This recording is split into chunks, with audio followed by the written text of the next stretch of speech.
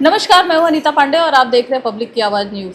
वसई विरार नाला सोपारा में जिस तरीके से आपराधिक गतिविधियां बढ़ रही हैं उससे हर कोई वाकिफ है। और बात करें अगर हम नाला सोपारा पूर्व के संतोष भवन क्षेत्र की, तो वहां पर आए दिन ऐसी खबरें सुनने में और देखने में आती हैं कि जहां पर तलवार, कोयता और चाकू लहराना या चाकू और कोयते जैसे धारदार हथियारों के साथ हमला करना ये आम बात हो गई है। लेकिन कहीं ना कहीं जो पुलिस प्रशासन है हमारी, वो इन आपराधिक गतिविधियों को रोकने में अब नाकाम साबित होती नजर आ रही है। ऐसा ही एक ताज़ा मामला नाला सोपारा पूर्व के संतोष भवन हवाई पाड़ा जब्बार कंपाउंड से सामने आया है, जहां पर बीती रात 7:30 बजे के आसपास दो गुटों के बीच में हुए विवाद के चलते कुछ लोग, एक गुट के लोगों द्वारा दूसरे गुट के लोगों पर चाकू, कोयता और तलवार जैसे धारदार हथियारों से वार किया गया, और जिसके चलते इसमें कुल 3 लोग जख्मी हुए हैं, जिसमें से 2 लोग आईसीयू में फिलहाल एडमिट हैं और जिनकी हालत थोड़ी नाजुक बताई जा रही है। उसके अलावा यहाँ पर वो व्यक्ति भी है जिसके साथ इस पूरे झगड़े की शुरुआत हुई थी। हम उनसे बातचीत करेंगे और जानेंगे पूरा विषय है क्या। आपका नाम क्या है? मेरा नाम मोइन खान है। क्या हुआ था कल, जिस तरीके से आप लोगों को चोट आई है, तो ये पूरा मामला हुआ है क्या और झगड़े की शुरुआत कैसे हुई थी? झगड़े की शुरुआत ऐसे हुई कि मेरे गली के और एरिया के बच्चे लोग झगड़ा कर रहे थे आपस में। उसमें कई मेरे गली के भी बच्चे थे, वहाँ पे औरतें भी थी मेरे गली की, और बाहरी सब, मतलब ऐसा था कि दोनों ही तरफ के लोगों को मैं पहचानता था। उसमें कैसा हुआ कि उसमें एक विकास यादव करके बंदा है, तो वो कैसा बच्चे लोग का झगड़ा, बड़े लोग का झगड़ा, और उसका एक गुट है, तो वो कभी भी पहुंचे रहते उस जगह पे। तो वो जो लकी यादव करके एक बंदा है, मेरे इधर लड़का है छोटा, उसका झगड़ा, उम्र कितनी है? उसकी 15-16 साल उम्र हुई। अच्छा। और उसका काफी उन लोग के, मतलब उनमें छोटे बड़े बच्चे हैं विकास यादव की गुट में, तो आपस में मुठभेड़ करते रहते हैं। तो वैसा ही कुछ हो रहा था कल के दिन, और झगड़े कर रहे थे बच्चे लोग। तो मैं उसमें गया छुड़ाने के लिए कि गली के औरतें भी, बच्चे भी है, सब किसी को लग ना जाए करके।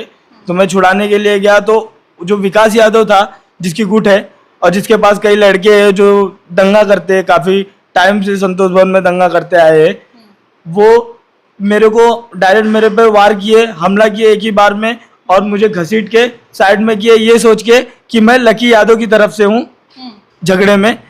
और जबकि मेरा कुछ ऐसा वो नहीं था, मेरा सिर्फ झगड़ा छुड़ाने का होता कि उसी में औरतें बच्चे हैं, सब मेरे गली के भी हैं, और काफ़ी अच्छा व्यवहार है सबसे मेरा।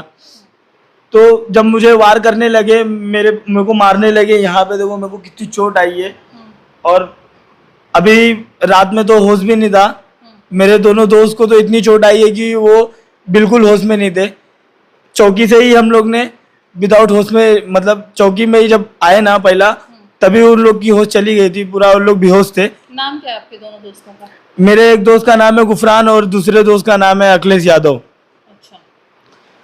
तो जब झगड़ा हुआ तो मुझे जब मार रहे थे तो 14-15 लोग मिल के मार रहे थे, और धारदार हथियार थे उनके पास, सलिया थे और लंबे चाकू थे, कोयता थे। जो मेरे एक दोस्त को गुफरान शेख को जो चोट लगी है सर पे, वो कोयते से मारी हुई है, और काफ़ी गहरी चोट है, और काफ़ी टाके लगे। कितने टाके लगे मैं तो मिला नहीं हूँ, और ना मेरी बात हुई है अभी तक। फिलहाल उन लोग आईसीयू से कुछ खबर नहीं आ रही है, बहुत सीरियस चल रहे लोग। और अखिलेश यादव को जो चोट लगी है, यहाँ से पूरा फट गया है, यहाँ से आँख के पास से चालू हुआ है, वो धारदार हथियार मारा गया है, पूरा अलग हो गया है। वो सांस नहीं ले पा रहा था, उस दौरान उसकी वो बेहोश हो गया, सांस ना लेने के चक्कर में धारदार हथियार से हमला किए।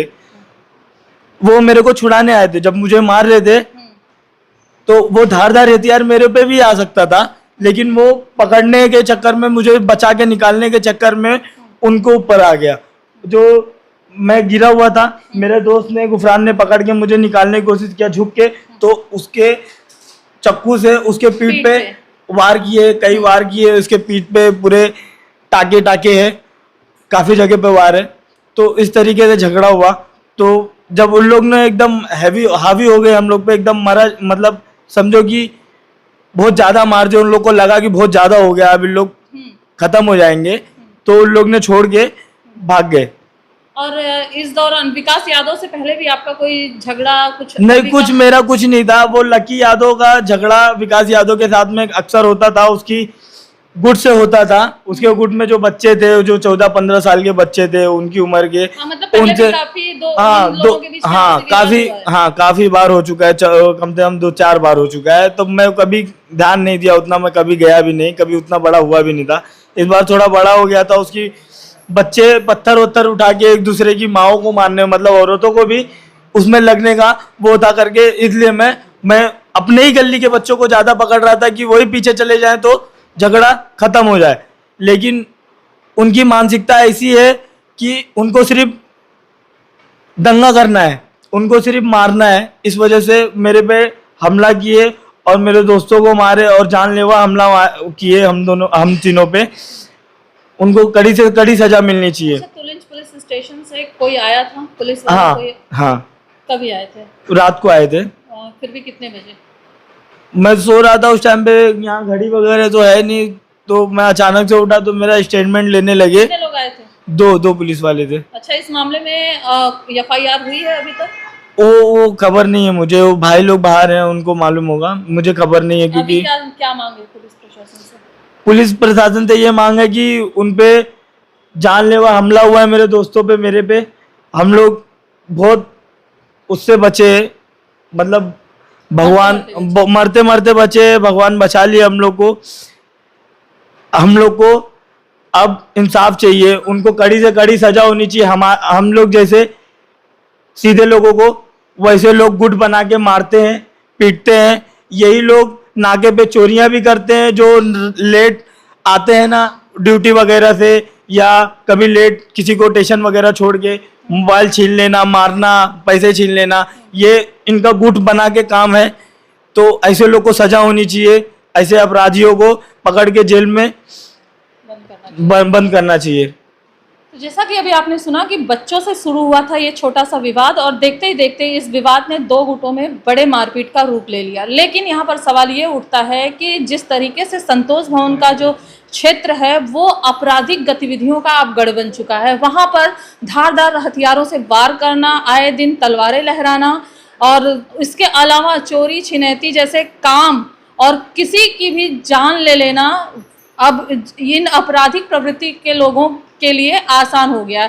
कारण अगर हम बात करें कि अगर इन अपराधियों में इतनी हिम्मत आती है तो कहाँ से आती है, तो कहीं ना कहीं पुलिस प्रशासन जो है उसका खौफ, अगर हम बात करें तो उसका खौफ इन आपराधिक प्रवृत्ति या आपराधिक मानसिकता वाले लोगों के भीतर से खत्म होता नजर आ रहा है। क्योंकि अगर इनके अंदर कानून का डर और पुलिस प्रशासन का खौफ होता तो अपराधी अपराध करने से पहले 1000 बार सोचता। लेकिन अगर बात करें तुलिंज पुलिस स्टेशन की, चूंकि मामला तुलिंज पुलिस स्टेशन अंतर्गत का है, तो तुलिंज पुलिस स्टेशन की अगर हम बात करें तो तुलिंज पुलिस स्टेशन के हद में आने वाले जो क्षेत्र हैं उनमें आपराधिक गतिविधियों की जो तादाद है वो लगातार उनमें बढ़ोतरी होती है। तुलिंज पुलिस जो है वो नाकाम हो रही है ऐसे आपराधिक प्रवृत्ति के लोगों को कंट्रोल कर पाने में, आपराधिक गतिविधियों को रोक पाने में। फिलहाल अब देखना ये होगा कि ये जो कल जो 7:30 बजे रात की घटना है, बीते रात की, तो ऐसे में अब 2:30 से 3 बजने आए, लेकिन जहां तक हमें जानकारी मिली है तो इस मामले में अभी तक पुलिस ने कोई FIR दर्ज नहीं की है, चूंकि जो घायल व्यक्ति हैं, जो पीड़ित हैं, वो स्टेटमेंट देने की अवस्था में नहीं थे, शायद इसके चलते अभी तक FIR दर्ज नहीं हो पाई है। लेकिन अब देखना ये होगा कि विकास यादव जैसे आपराधिक मानसिकता के लोगों पर पुलिस प्रशासन किस तरीके से कार्रवाई करती है और कब तक ये जो पीड़ित हैं इनको न्याय मिल पाता है, और साथ ही साथ क्या तुलिंज पुलिस स्टेशन उनके हद में बढ़ने वाले अपराध को, बढ़ने वाले क्राइम को रोक पाने में कामयाब हो पाएगी, ये तो एक बड़ा सवाल है पुलिस प्रशासन पर। फिलहाल आज की इस वीडियो में इतना ही, फिर होगी मुलाकात, तब तक के लिए नमस्कार।